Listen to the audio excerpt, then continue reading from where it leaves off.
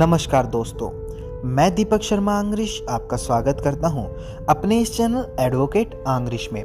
दोस्तों, आज की ये वीडियो आप सभी लोगों के लिए काफ़ी ज़्यादा नॉलेजेबल होने वाली है, क्योंकि दोस्तों आज की इस वीडियो में मैं आपको क्रिमिनल केस ट्रायल के बारे में पूरी इन्फॉर्मेशन देने वाला हूं। आज की इस वीडियो में मैं आपको पूरी एफआईआर से लेकर जजमेंट तक का हर एक सिंगल प्रोसेस बताने वाला हूं। इससे दोस्तों आपको क्रिमिनल केस ट्रायल से जुड़ी जितने भी जो आपके इश्यू होते हैं वो आपको इस वीडियो में पूरी तरह से क्लियर हो जाएंगे। तो चलिए दोस्तों, आज की इस वीडियो को अब हम स्टार्ट करते हैं। दोस्तों, वीडियो की स्टार्टिंग में मैं आपको बता देना चाहूँगा, अगर आपने अभी तक इस चैनल को सब्सक्राइब नहीं किया तो इसे जल्द से जल्द सब्सक्राइब कर लीजिए, क्योंकि इस चैनल पर हम आपके लिए रोजाना लीगल एडवाइस से जुड़ी वीडियोस अपलोड करते रहते हैं। दोस्तों, सबसे पहले हमें एक चीज़ समझ लेनी होगी कि क्रिमिनल केस ट्रायल जो होती है दो तरह की होती है। सबसे पहले तो वो जो हम एफआईआर के आधार पर करते हैं, और दूसरी वो जो हम कोर्ट में सेक्शन 156(3) सीआरपीसी में एफआईआर के लिए कोर्ट में जाते हैं। तो दोस्तों, ये दोनों क्रिमिनल केस ट्रायल के प्रकार में आती हैं। दोस्तों, आज की वीडियो में हम सिर्फ पुलिस द्वारा की गई एफआईआर के ट्रायल के बारे में ही बात करेंगे। और दोस्तों, जो ये क्रिमिनल केस ट्रायल है इसे हम 3 पार्ट्स में बांटेंगे। सबसे पहला जो पार्ट होगा उसके अंदर हम चार्जशीट फाइल होने से पहले पुलिस जिसमें इन्वेस्टिगेशन करती है वो होगा, तथा दूसरे पार्ट में कोर्ट में केस ट्रायल, तथा तीसरे पार्ट में जजमेंट के बाद अपील का होगा। तो दोस्तों, सबसे पहले आता है पहला पार्ट, यानी कि पुलिस इन्वेस्टिगेशन। दोस्तों, सबसे पहले हम क्राइम की सूचना पुलिस को देते हैं और उन्हें मिलना या फिर उनसे शिकायत करना होता है। दोस्तों, क्राइम की शुरुआत होने के बाद सबसे पहला काम होता है उसकी सूचना पुलिस को देना। जो सूचना देता है वो शिकायतकर्ता कहलाता है, और जो क्राइम से प्रभावित होता है वो विक्टिम यानी कि पीड़ित कहलाता है। दोस्तों, सूचना देने वाला व्यक्ति पीड़ित नहीं भी हो सकता। जैसे कोई व्यक्ति जिसने सिर्फ क्राइम होते हुए देखा हो लेकिन वो उसका हिस्सा नहीं हो, वो शिकायतकर्ता यहाँ पर हो सकता है, पर वो पीड़ित नहीं होगा। दोस्तों, इसके बाद बात आती है लोगों के मन में कि क्या पुलिस भी शिकायतकर्ता हो सकती है। जी हाँ दोस्तों, पुलिस स्वयं किसी भी क्राइम की शिकायतकर्ता हो सकती है। जैसे कि कोई पुलिस ऑफिसर गश्त पर है और वो कोई क्राइम होते हुए देखे तो वह स्वयं ही शिकायतकर्ता हो सकता है।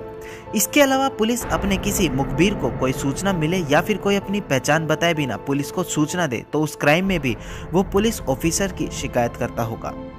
दोस्तों, इसके बाद बात आती है एफआईआर दर्ज करना, जो कि धारा 154 सीआरपीसी में पुलिस इन्वेस्टिगेशन करना होता है।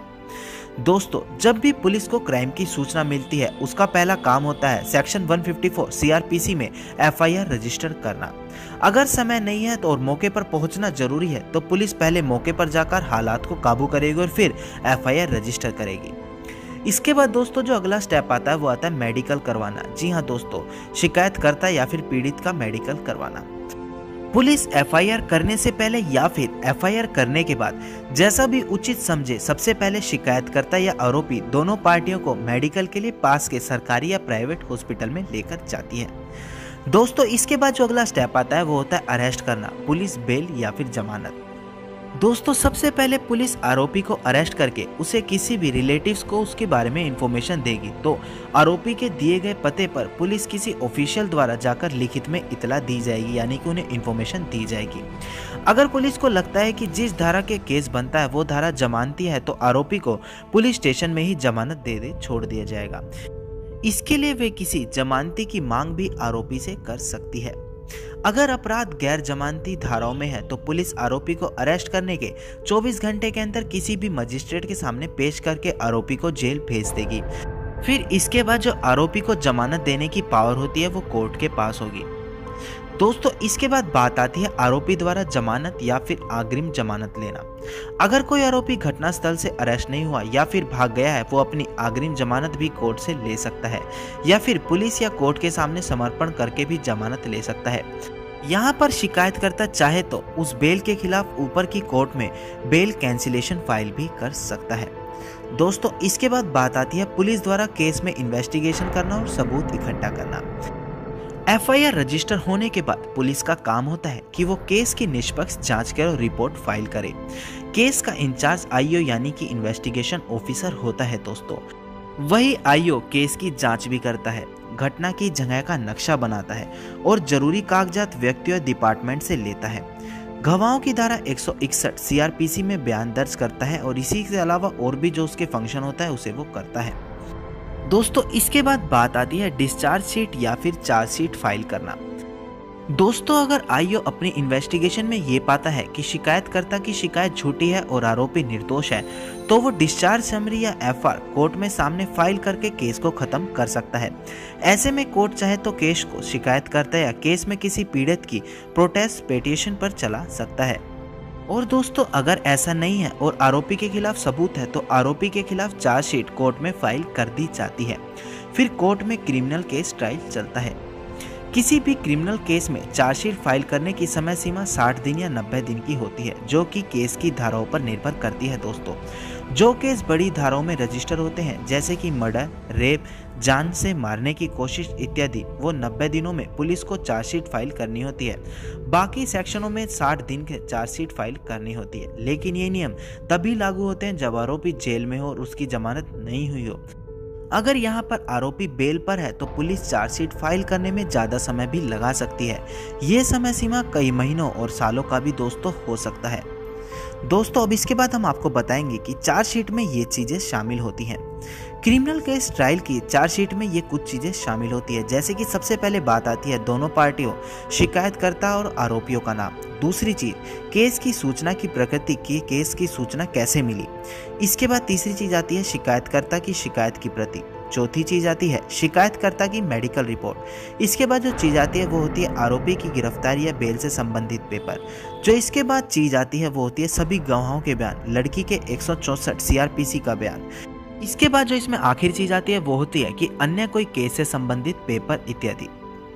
दोस्तों ये तो बात आ गई पहले पार्ट की, जहां पर पुलिस इन्वेस्टिगेशन करती है। अब इसके बाद दोस्तों जो दूसरा पार्ट आता है वो होता है क्रिमिनल केस ट्रायल से जुड़ा। चार्जशीट फाइल होने के बाद आरोपी पर क्रिमिनल केस ट्रायल शुरू हो जाता है। सबसे पहले आरोपी को सुमन द्वारा बुलाया जाकर चार्जशीट की कॉपी दे दी जाती है। अगर कॉपी में कोई कमी है तो वकील साहब धारा 207 सीआरपीसी में कोर्ट के सामने आवेदन करके वे पेपर कोर्ट से लेते हैं या फिर चार्जशीट की कमियों को कोर्ट में बताकर लेखबद्ध करवाते हैं, ताकि वे बातें कल को केस में फाइल आर्गुमेंट के समय आरोपी के खिलाफ नहीं जाए। इसके बाद दोस्तों जो अगली चीज आती है वो होता है चार्ज फ्रेम। जी हाँ दोस्तों, चार्जशीट के पेपर की फॉर्मेलिटी पूरे होने के बाद चार्ज पर बहस होती है। चार्ज का मतलब होता है आरोपी पर धारा लगाना कि किस धारा में उस पर केस बनता है और किस धाराओं में उस पर केस चलाना है। दोस्तों इसे ही चार्ज फ्रेम करना कहा जाता है। अगर कोर्ट को लगे कि आरोपी पर केस चार्ज फ्रेम करना बनता है लेकिन धाराएं सही नहीं है, तो वो इन धाराओं को बदलकर नई धाराओं में भी चार्ज लगा सकता है। चार्ज पर बहस होने के बाद आरोपियों को या तो आरोप से मुक्त किया जाता है या फिर चार्ज फ्रेम किया जाता है। चार्ज फ्रेम किए जाने के बाद अदालत आरोपी से पूछती है कि क्या उसे अपना गुनाह कबूल है। अगर वह अपना गुनाह कबूल कर लेता है तो उसे उसी वक्त सजा सुना दी जाती है और क्रिमिनल केस ट्रायल यहीं पर समाप्त हो जाती है। लेकिन आमतौर पर आरोपी द्वारा गुनाह कबूल नहीं किया जाता और अदालत में आरोपी कहता है कि वह क्रिमिनल केस ट्रायल फेस करेगा और फिर उस केस ट्रायल को शुरू कर दिया जाता है। दोस्तों जो इसके बाद अगली चीज आती है वो होती है गवाही, यानी कि prosecution evidence. Criminal case trial की इस स्टेज पर चार्जशीट में दी गई गवाहों की लिस्ट के अनुसार गवाहों की गवाही होती है। सबसे पहले विक्टिम शिकायतकर्ता की गवाही होती है। इसके बाद कोई पब्लिक विटनेस यानी कि घटना के वक्त कोई चश्मदीद गवाह हो तो उसकी गवाही। इसके बाद पुलिस और डॉक्टर या फिर फोरेंसिक लैब वालों में जो भी केस के अनुसार दिए हों। वैसे सबसे लास्ट में आईओ यानी कि इन्वेस्टिगेशन ऑफिसर की गवाही होती है। इसमें आरोपी पक्ष का वकील अपने क्लाइंट को बचाने के लिए गवाहों की स्टेटमेंट के बाद उनसे जिरह यानी कि क्रॉस करता है, जिन्हें क्रॉस एग्जामिनेशन भी कहा जाता है। दोस्तों क्रिमिनल केस ट्रायल का ये सबसे अहम भाग होता है। इसी में आपके वकील साहब की काबिलियत देखी जाती है कि वो केस को अपने अनुसार मोड़ डालते हैं। दोस्तों इसमें सबसे पहले सरकारी वकील गवाह के बयान लिखवाता है, फिर आरोपी पक्ष के वकील साहब उसका क्रॉस करते हैं। अगर कोई सरकारी गवाह अपने बयान से मुकर जाए या होस्टाइल हो जाए तो सरकारी वकील खुद उससे जिरह क्रॉस करते हैं, ये साबित करने के लिए कि वो जानबूझकर झूठ बोल रहा है और आरोपी को फायदा पहुंचाना चाहता है। अगर पीड़ित कोई लड़की है और उसकी किसी महिला जज के सामने 164 सीआरपीसी की स्टेटमेंट भी हुई है तो वह जज साहिबा की गवाही के लिए बुलाई जाती है। उनका नाम भी गवाहों की लिस्ट में होता है।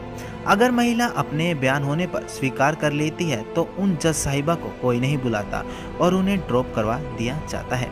अगर पीड़ित महिला अपने 164 सीआरपीसी बयानों को नहीं मानती या फिर उनमें कुछ बात अपने बिना कहीं लिखी होने का आश्चर्य जताती है तो उन जज साहिबा को गवाह के तौर पर बुलाना पड़ जाता है। दोस्तों इसके बाद बात आती है गवाही के दौरान आरोपी की बरी यानी कि डिस्चार्ज होना। क्रिमिनल केस ट्रायल में गवाही के स्टेज के दौरान शिकायतकर्ता या किसी गवाह की गवाही से लगे कि आरोप को गलत फंसाया गया है तो कोर्ट उस व्यक्ति की गवाही के बाद बरी कर देता है। जैसे कि शिकायत पक्ष कह दे कि ये व्यक्ति नहीं है जिसने कि कानून तोड़ा है, या कोई मेडिकल रिपोर्ट या फिर कोई सरकारी गवाह उसके पक्ष में गवाही दे जाए तो उस गवाही के बाद कोर्ट को लगे कि केस में आगे चलना बेकार है, सिर्फ कोर्ट का समय ही खराब होगा, तो ऐसे में कोर्ट केस को उसी स्टेज पर जजमेंट देकर खत्म कर देता है। इसके बाद दोस्तों बात आती है स्टेटमेंट ऑफ एक्यूज्ड की। शिकायत पक्ष की गवाही होने के बाद आरोपी पक्ष की स्टेटमेंट होती है। इससे कोर्ट उसके केस से संबंधित सवाल करती है कि यह अपराध उसने किया है। इसमें व्यक्ति अगर अपनी गलती नहीं मानता और ट्रायल चलाने के लिए कहता है तो आगे केस चलता है। अगर गलती मान लेता है तो कोर्ट इसी स्टेज पर अपनी जजमेंट दे देती है जिसमें उसे सजा सुनाई जाती है। लेकिन इस स्टेज पर कोर्ट कम से कम सजा देने की कोशिश भी करती है दोस्तों। इसके बाद दोस्तों बात आती है डिफेंस की यानी कि बचाव और एविडेंस की। क्रिमिनल केस ट्रायल की इस स्टेज में आरोपी पक्ष अपने बचाव के लिए अपनी गवाही करवाता है और फिर किसी और व्यक्ति की गवाही भी देता है। इसमें वो कोई सबूत अपने पक्ष में हो तो उसको पेश करता है या फिर किसी व्यक्ति या संस्था, सरकारी या फिर गैर सरकारी संस्था को कोर्ट द्वारा बुलवाकर पेश करवाकर अपना पक्ष रखवाता है। इसके बाद केस फाइनल आर्गुमेंट पर चल जाता है दोस्तों। जैसा कि दोस्तों आपको भी पता है कि इसके बाद जो स्टेज आती है वो होती है फाइनल आर्ग्यूमेंट की यानी कि अंतिम बहस। आरोपी पक्ष की गवाही के बाद केस बहस में लग जाता है।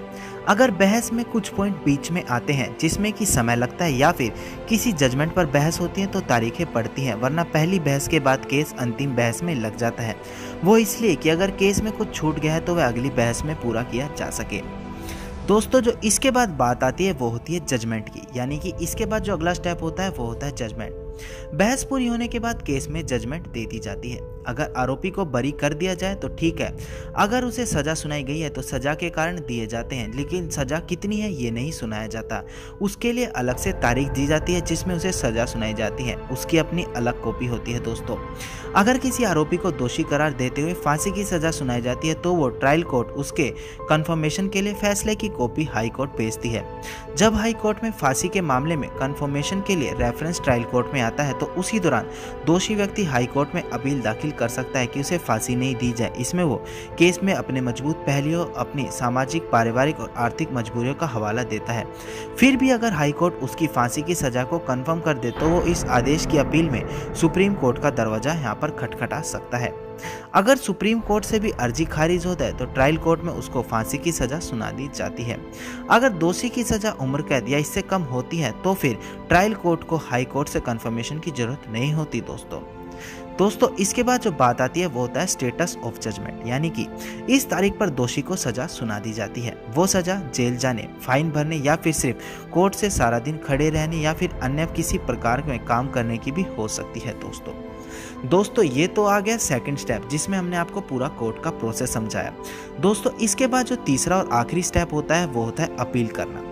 दोस्तों सजा के बाद बेल का प्रोसेस। अगर दोषी को सजा 3 साल या इससे कम की सुनाई गई है तो उसको उसी कोर्ट से बेल मिल जाती है, वरना उसको जेल में जाना पड़ता है। फिर वो ऊपर की कोर्ट में अपनी बेल अप्लाई करता है। अगर बेल मजिस्ट्रेट की कोर्ट से मिली है तो आपके पास अपील के लिए 30 दिन का समय है। अगर सेशन कोर्ट में आपकी ट्रायल कोर्ट रही है तो आपका अपील का समय 45 से 60 दिन का होता है दोस्तों ये सिंपली केस के अनुसार निर्भर करता है। इसके बाद दोस्तों जो अगला स्टेप आता है वो होता है अपील की पिटीशन फाइल करना। अगर आपको ट्रायल कोर्ट से सजा मिली है तो आप अपनी ऊपर की कोर्ट में, सेशन, हाई कोर्ट में या फिर सुप्रीम कोर्ट में जो भी हो वहां पर अपील कर सकते हैं।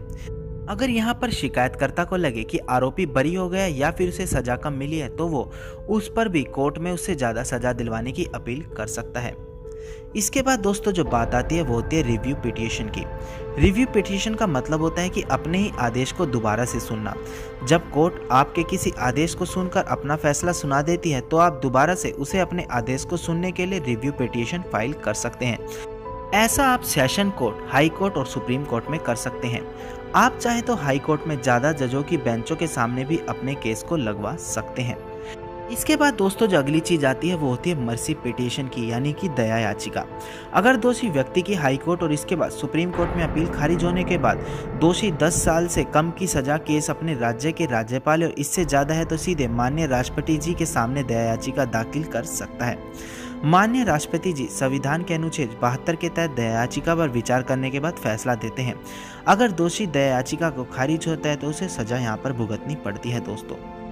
इसके बाद दोस्तों वीडियो की आखिर में मैं आपको बहुत ही ज़रूरी चीज़ें बताऊंगा, जिसके अंदर मैं आपको एप्लीकेशन और आवेदन के बारे में बताऊंगा जो कोर्ट में किए जाते हैं। सबसे पहले दोस्तों जो आता है वो होता है पेशी से छुट्टी लेने की, यानी कि एग्जेम्पशन एप्लीकेशन। अगर आरोपी जिसका केस कोर्ट में चल रहा है वो किसी कारण से उस दिन नहीं आ सकता तो वो धारा 205 CRPC में आवेदन करके उस दिन नहीं आने का कारण देकर कोर्ट में जाने से बच सकता है।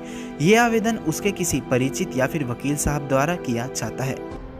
इसके बाद दोस्तों जो अगली चीज़ आती है वो होती है परमानेंट एग्जेम्पशन एप्लीकेशन, यानी कि प्रत्येक पेशी से छुट्टी।